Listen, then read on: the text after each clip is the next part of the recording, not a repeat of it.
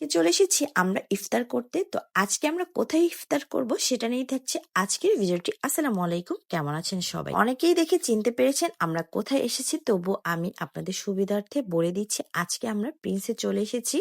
কারণ প্রিন্সের খাবারগুলো আমার অনেক বেশি ভালো লাগে, আর আমার ছেলের, আমার হাজবেন্ড আমাদের বাইরের খাবার অনেক বেশি পছন্দের, আর প্রিন্সের খাবার তো আমার সবসময় ভালো লাগে।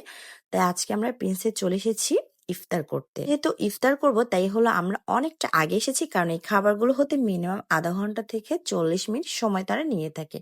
আমার ছেলে তো এদিকে সহ্য হচ্ছে না, কখন তার পছন্দের খাবার আসবে সে বারবার বলতেছিল। তো ফাইনালি আমাদের খাবার চলে এসেছে, তবে এখনো যেহেতু আজান দেয়নি যার কারণে আমরা ওয়েট করতেছিলাম খাওয়ার জন্য। বাট আমার ছেলে তো অনেক অধৈর্য হয়ে গিয়েছে, তো তার জন্য আমার ছেলেকে আমি খাবার খাওয়াই দিচ্ছিলাম। দেন তারপর হলো আজান দিয়েছে, তা আমি হলো পানিমুখী দিয়েছি, আর এখন হলো আমি রাইস নিয়েছি, আর আমার সব পছন্দের খাবারগুলো একটু একটু করে আমি নিয়ে নিচ্ছি। এগুলো এখন সব আমি খাবো।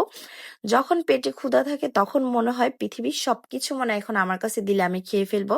বাট যখন হলো খাওয়ার সময় হয় তখন খাবার দেখলে এমনিতেই পেট ভরে যায়, তখন আর তেমন কিছু খাওয়া যায়নি। এই যে এত এত খাবার নিয়েছি, মনে হয়েছে এই সব খাবারগুলো মনে হয় আমরা খেয়ে ফেলবো।